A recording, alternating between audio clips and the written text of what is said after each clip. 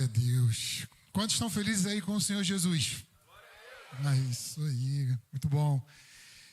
Gente, estamos aqui mais uma quarta-feira na presença de Deus, mas essa é uma quarta-feira especial. Não poderia deixar de falar aí que nós estamos no meio da semana de oração. São 168 horas de oração sem parar, ininterruptas. Isso aí é para a glória de Deus. Em 2025 nós estávamos com 72 horas de oração.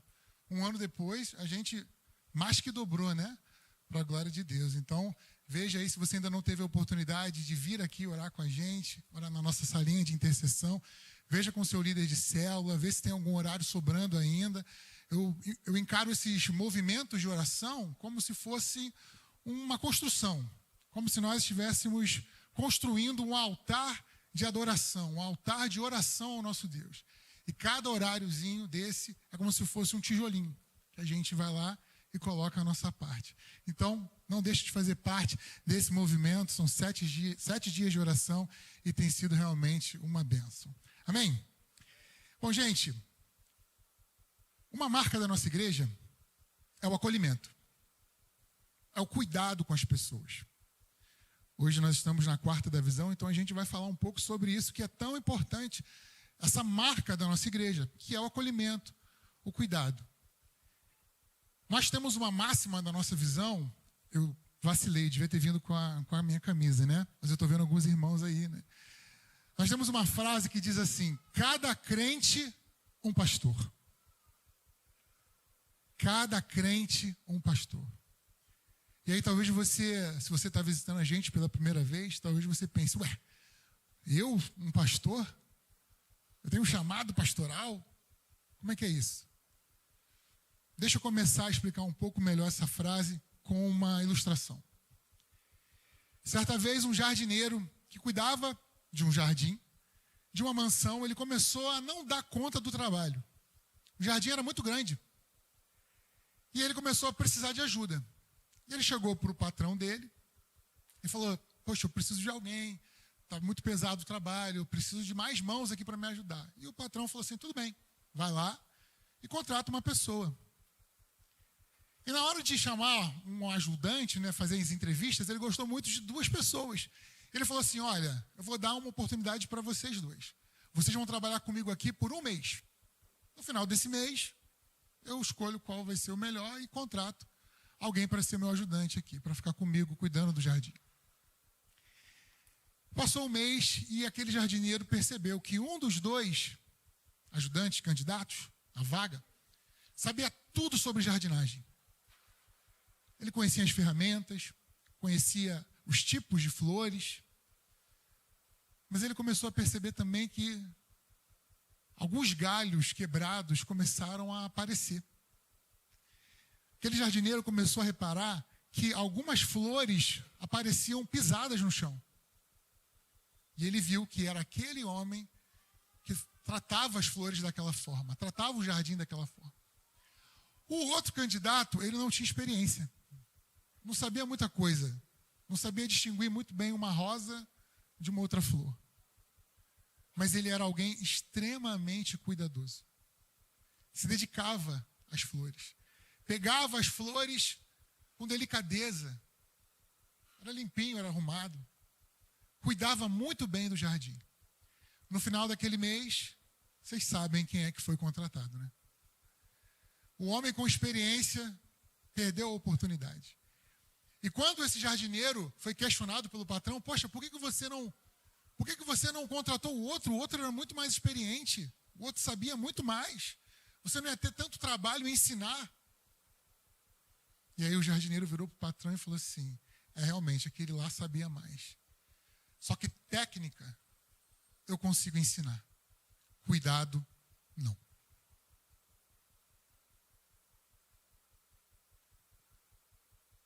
E realmente, para nós, simples, meros mortais, seres humanos, é muito difícil você ensinar alguém a ter cuidado. A gente não consegue transmitir isso com tanta facilidade. Mas eu conheço um homem que é especialista em ensinar esse cuidado. João, capítulo 21, a partir do versículo 15. Evangelho de João, capítulo 21, a partir do versículo 15. Diz assim a palavra de Deus. Depois de terem comido, perguntou Jesus a Simão Pedro: Simão, filho de João, tu me amas mais do que estes outros? Ele respondeu: Sim, Senhor, tu sabes que te amo. Ele lhe disse: Apacenta os meus cordeiros. Tornou a perguntar-lhe pela segunda vez: Simão, filho de João, tu me amas?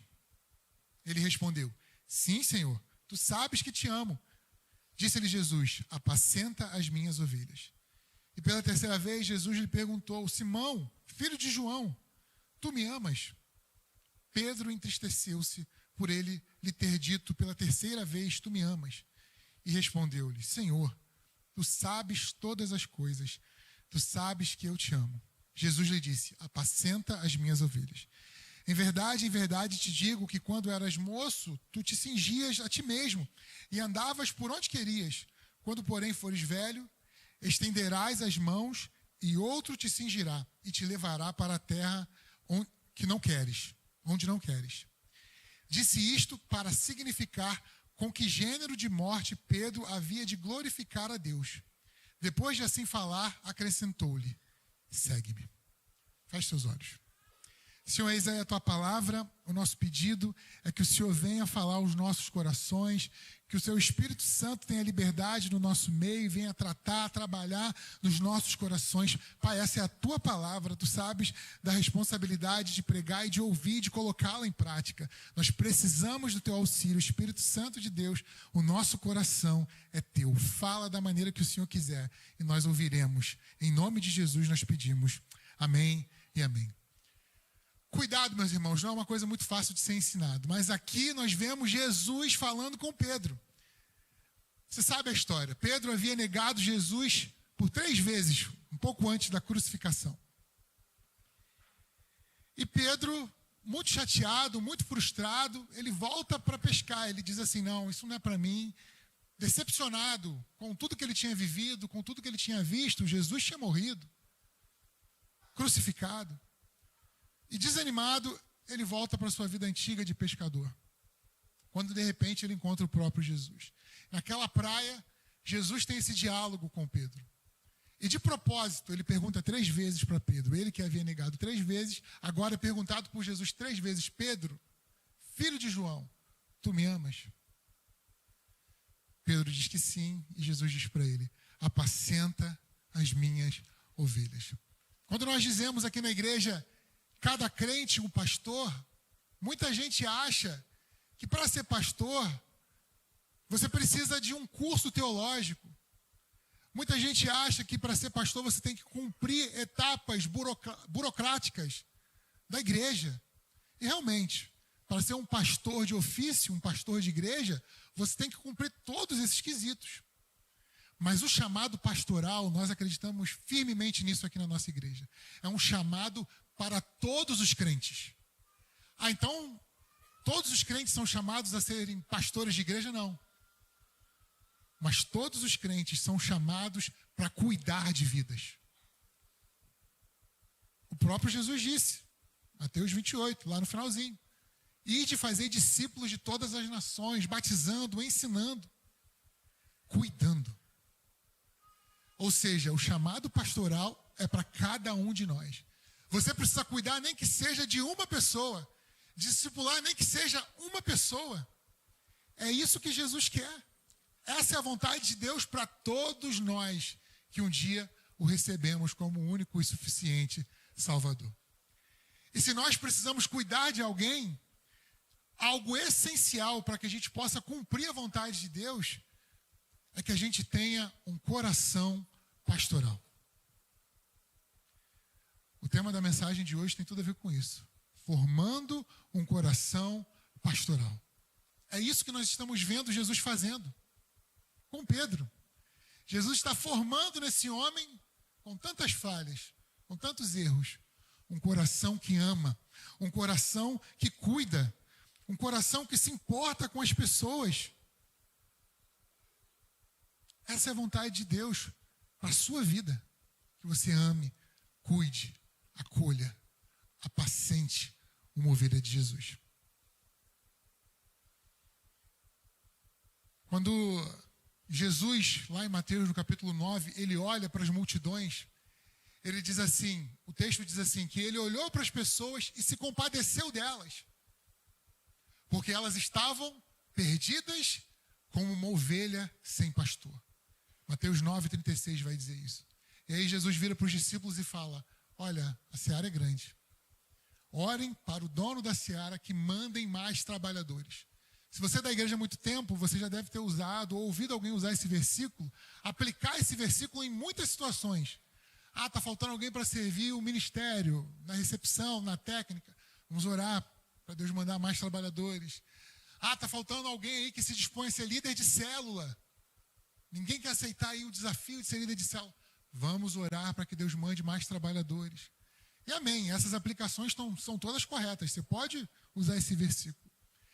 Mas se você for no texto, você vai ver que Jesus fala isso a respeito de uma escassez de pastores.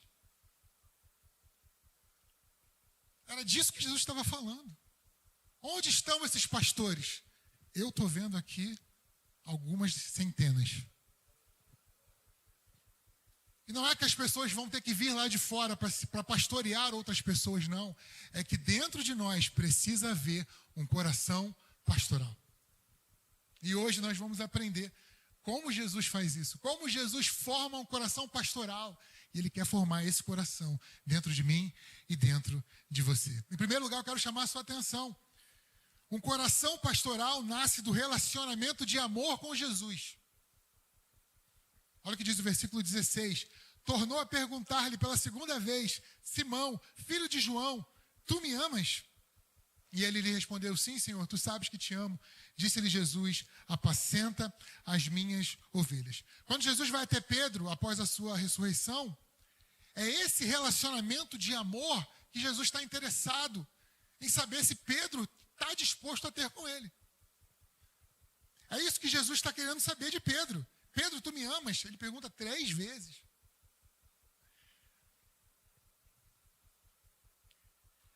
Certa vez, um irmão, um amigo, ele tinha um filhinho de 3, 4 aninhos, um bebê ainda, né? Uma criancinha. E aquele menino ficou muito doente. Precisou ser internado. E aquele pai, aquele meu amigo, a minha amiga, aquele casal ficou muito aflito. Acho que quem já teve o filho internado, imagina, sabe como é que é, né? E no meu momento de TSD com Deus, orando ao Senhor, eu comecei a interceder por aquele menino. E eu não sei o que aconteceu comigo, mas eu fui tomado ali, naquele momento de clamor, por uma compaixão muito grande. Eu comecei a orar por ele, com um amor, que eu me emocionei. Eu levantei um clamor sozinho no meu quarto por aquele menino. E quando eu terminei de orar, eu mandei uma mensagem para esse meu amigo. Eu falei assim, meu irmão, orei pelo seu filho como se fosse meu. E realmente, eu tinha, a sensação que eu estava ali naquele momento era essa. Levantei um clamor realmente com muita intensidade, pedindo para que Deus tivesse misericórdia daquela criança, dos pais, dos meus amigos. E aquele meu amigo, ele me respondeu.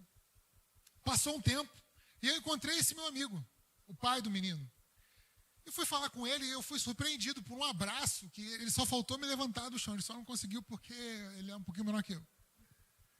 E eu estranhei um pouco, falei, e aí, meu irmão, tudo bem? E ele, muito feliz, muito emocionado, ele falou assim, pois Diego, muito, muito obrigado. Porque você orou pelo meu filho como se ele fosse seu. Se eu já era amigo dele, eu ganhei uma amizade maior ainda. Depois daquilo ali, eu senti um sentimento de gratidão, um carinho da parte desse meu amigo por mim. A nossa amizade, se mole, até aumentou. Porque ele não esperava receber uma mensagem como aquela. Meu irmão, não existe nada mais importante, não existe ninguém mais importante nesse mundo para um pai do que o filho. Se você cuida bem, se você trata bem as minhas filhas, poxa, mesmo que eu não te conheça, eu já vou te olhar de outra forma. Não existe ninguém mais importante para um pai do que o seu filho. E não existe ninguém, não existe nada mais importante para um pastor do que as suas ovelhas. Quando Jesus vira para Pedro e fala assim, apacenta as minhas ovelhas, Jesus está confiando a Pedro simplesmente a coisa mais importante nesse mundo para Jesus. Pedro, eu confio em você. Apacenta as minhas ovelhas. E se eu e você cuidamos bem das ovelhas de Jesus, então nós demonstramos para Ele que nós o amamos. É assim que nós provamos o amor que nós temos por Deus. O que adianta vir para a igreja, cantar, louvar, chorar no louvor? O que adianta servir, estar em todas as escalas, se quando você vê um irmão passando necessidade, você fecha os seus olhos? Tiago vai falar sobre isso, né? A fé sem a fé sem obras é morta. O próprio Jesus, ele disse isso em Mateus 25, se eu não me engano, se não me falha a memória. Ele vai falar assim, olha, quando vocês alimentaram o que estava com fome, vocês me alimentaram. Quando vocês deram agasalho para quem estava com frio, vocês me cobriram. Quando vocês vestiram o que estava nu, vocês me vestiram. Quando nós cuidamos e cuidamos bem das ovelhas de Jesus, então ele olha para a gente e ele sabe que nós verdadeiramente o amamos. Porque amamos Jesus, devemos amar as suas ovelhas.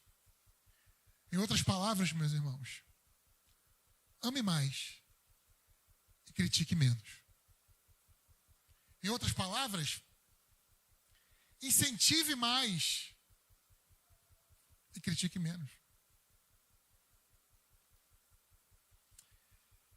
Quando você olhar uma situação e você perceber que existe um erro, eu já falei isso aqui uma vez em uma outra oportunidade que eu tive de pregar, né?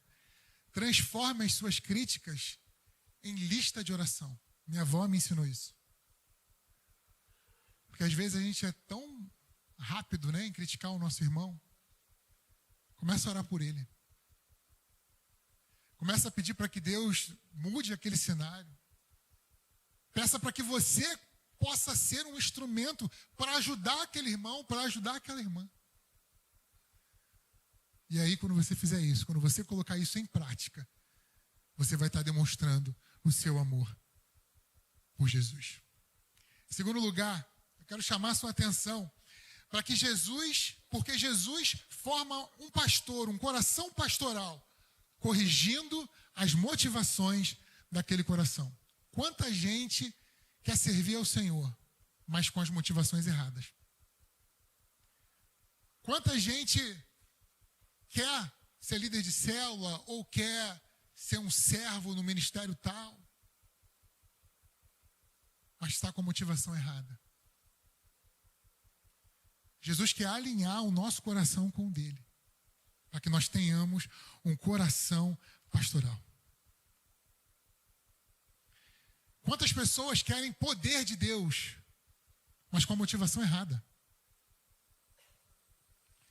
Em outras palavras, se eu pudesse refazer aqui esse segundo ponto da mensagem, eu diria assim, olha, primeiro um coração pastoral, depois o sobrenatural. Depois, se Deus quiser, o sobrenatural. Muita gente quer o poder de Deus porque quer, não sei, um dom específico. Quer falar em línguas, porque falar em línguas dá uma impressão de mais espiritualidade. Quantas pessoas querem poder de Deus para poder expulsar demônio, mas é na verdade porque está querendo conquistar o respeito, o status de o espiritual dentro das igrejas. Quanta gente faz isso, meus irmãos? Querem o poder de Deus, mas querem por motivos errados. Pedem o poder de Deus, mas não vão receber. Tiago vai falar isso também. Vocês pedem e vocês não recebem porque vocês pedem mal. Esse Pedro que está falando com Jesus, ele até queria viver o sobrenatural. Quando teve a chance, se lançou ao mar e até caminhou sobre as águas por alguns segundos. Mas o coração de Pedro ainda não estava preparado, alinhado com o coração de Deus, para poder viver uma vida no sobrenatural. Rapidamente, Pedro afunda. E aí eu me lembro de Jesus. Jesus, quando estava enfrentando Satanás, ele foi tentado justamente nesse exibicionismo do poder. Ele foi levado pelo inimigo até o alto do templo e Satanás fala para Jesus, se lança aqui, ó.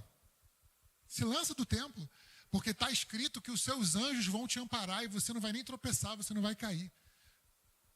Mas Jesus venceu aquela tentação. Em outro momento, Jesus vai dizer que tudo que ele fazia porque o Pai mandava. Ele só fazia o que o Pai mandava ele fazer. Ou seja, por mais que Jesus tivesse o poder de Deus à sua disposição, ele só utilizava o poder de Deus se houvesse um propósito. Quantas pessoas querem o poder de Deus com as motivações erradas? E aí eu me lembro de Jesus no mar, no barquinho, lembra? Jesus tranquilão, dormindo na proa, tirando um ronco. E de repente vem a tempestade, as ondas se levantam, bate aquele vento. E os discípulos começam a ficar desesperados. E Jesus lá, dormindo, tranquilão.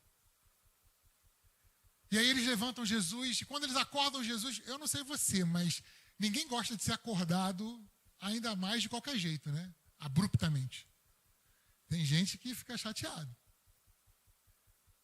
Imagina Jesus tirando um ronco lá, aquele soninho dele, e de repente os discípulos desesperados acordam ele e falam assim, Senhor, não te importa que morramos?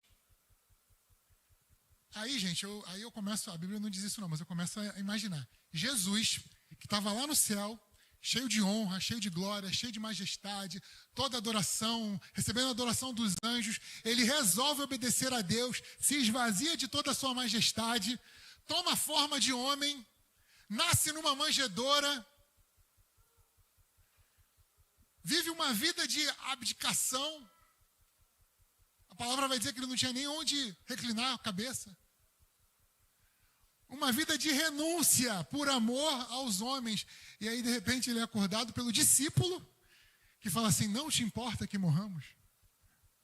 Eu imagino que Jesus tenha ficado bem chateado. Eu imagino Jesus olhando assim para a cara dele. E aí Jesus chama a atenção dos discípulos. Eles falam, homens de pouca fé.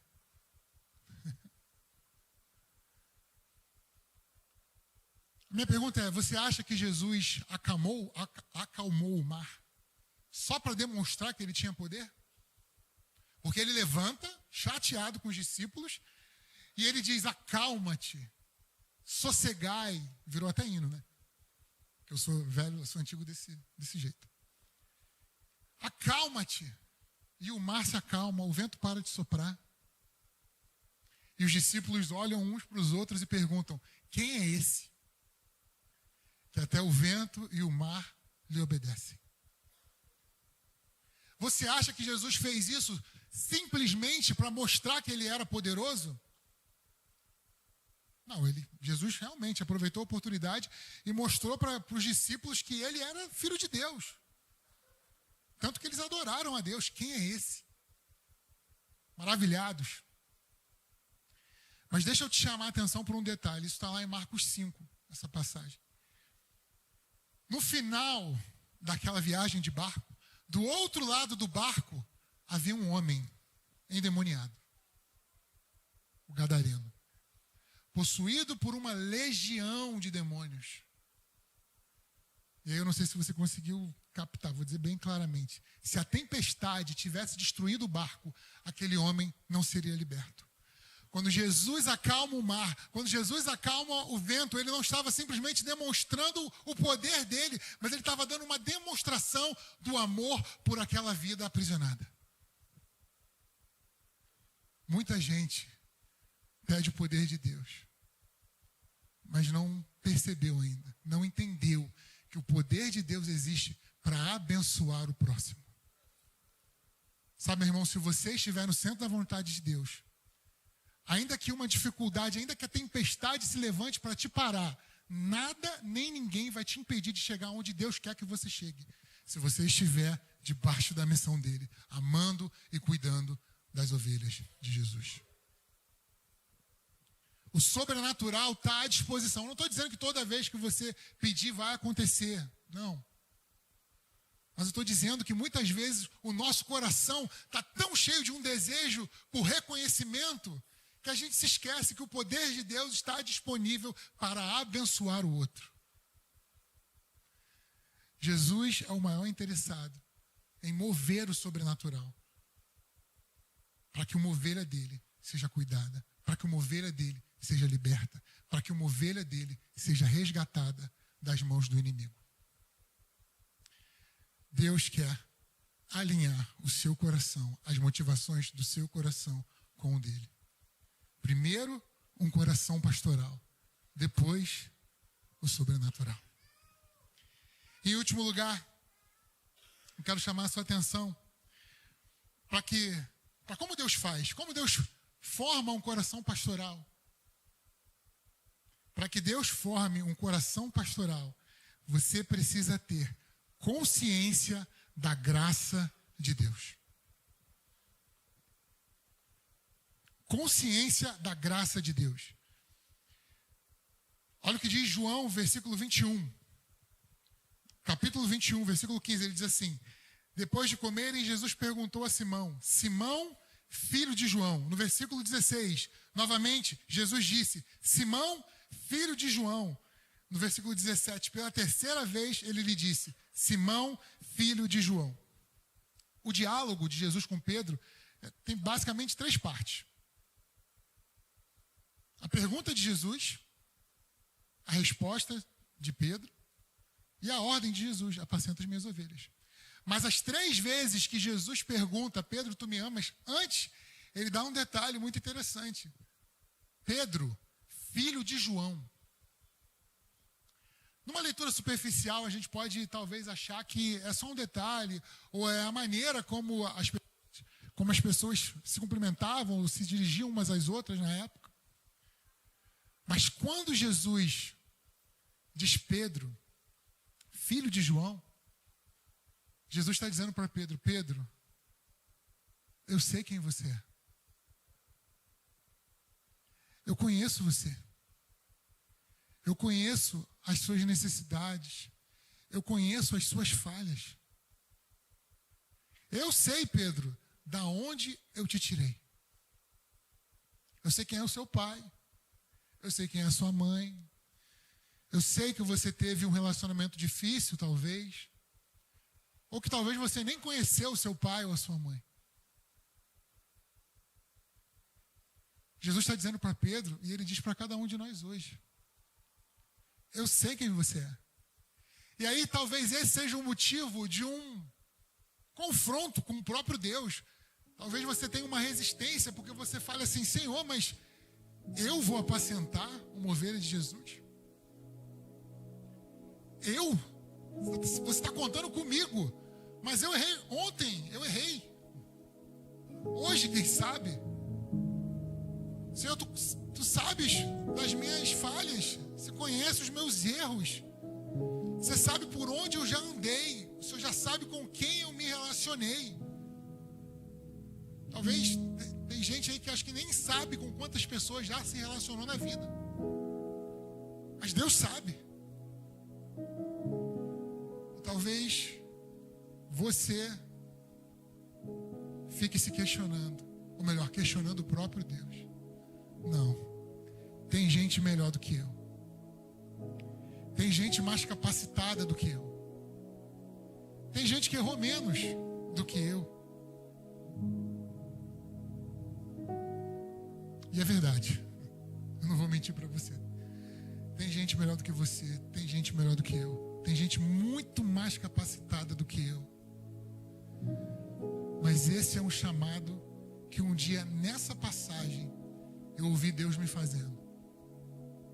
E eu entendi que eu preciso cuidar das ovelhas de Jesus.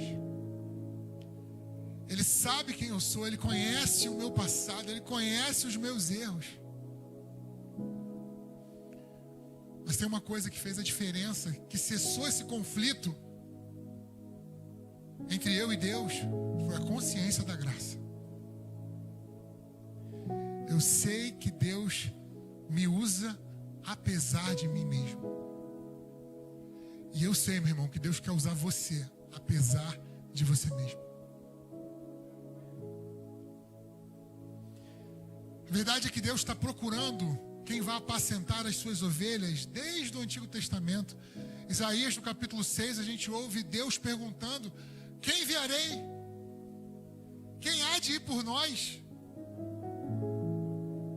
E aqui, em João 21, Jesus continua perguntando: Pedro, tu me amas? Pedro, apacenta as minhas ovelhas. Eu não sei, meu irmão, qual é a sua história. Eu não sei qual é o seu histórico. Eu não sei quais são os argumentos que você usa para limitar o chamado de Deus na sua vida. Talvez sejam até bons argumentos. Mas o que eu sei é que a graça de Deus é infinitamente superior a qualquer dificuldade e a qualquer resistência que você possa ter no seu coração hoje.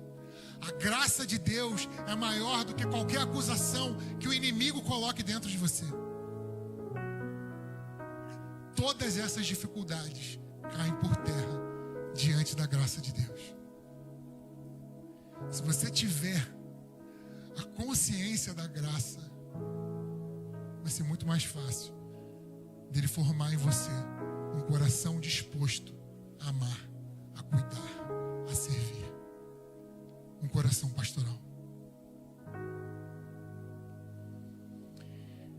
Um restaurador de obras de arte pega um quadro extremamente danificado, rachaduras, partes apagadas, manchas.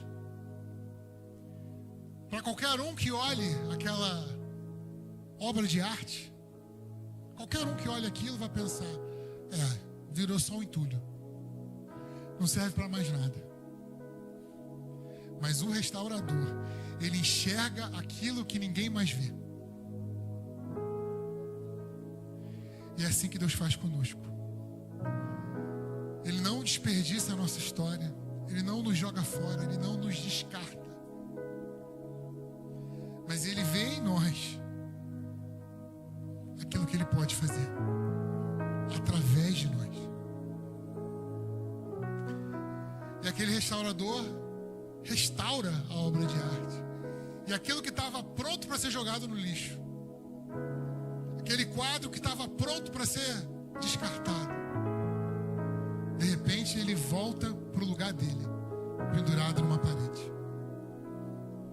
E quem viu a obra de arte antes da restauração e vê agora como ela ficou, não tem outra saída, não tem outra escolha a não ser reconhecer o trabalho do restaurador.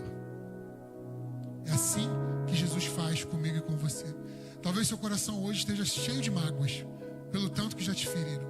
Talvez seu coração hoje esteja dando lugar, servindo de casa, de moradia, para uma infinidade de palavras que foram malditas a seu respeito.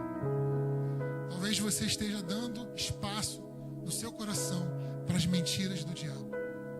Mas hoje, o bom pastor quer transformar o seu coração em um coração pastoral. Ele quer te dar o coração dele, para que você olhe para as pessoas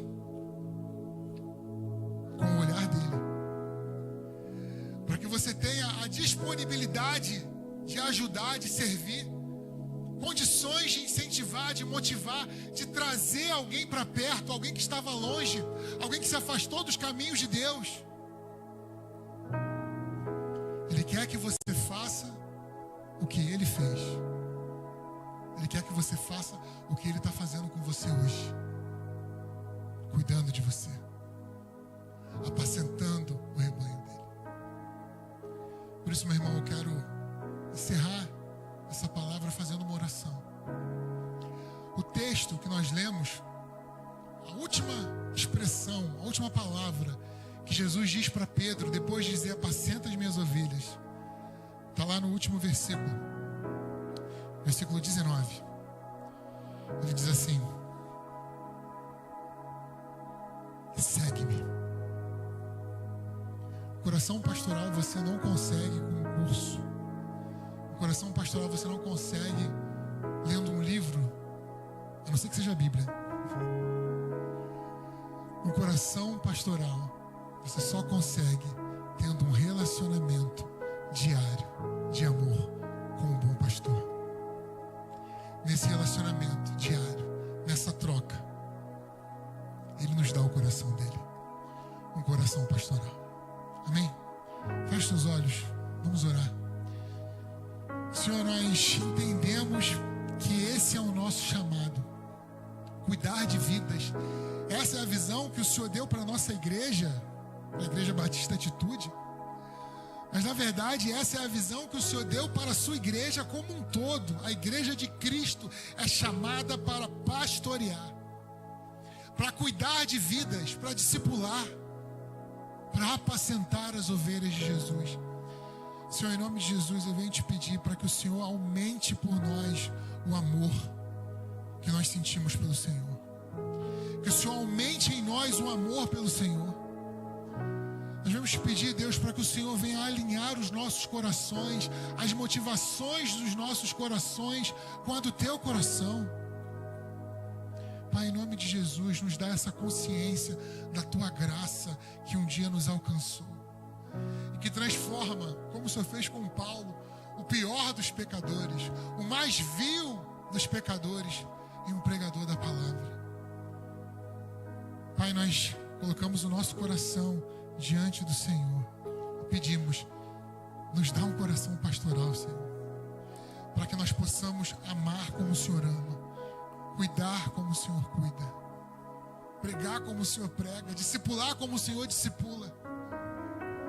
Senhor, na nossa própria força, com o nosso coração tantas vezes endurecido, nós não vamos conseguir.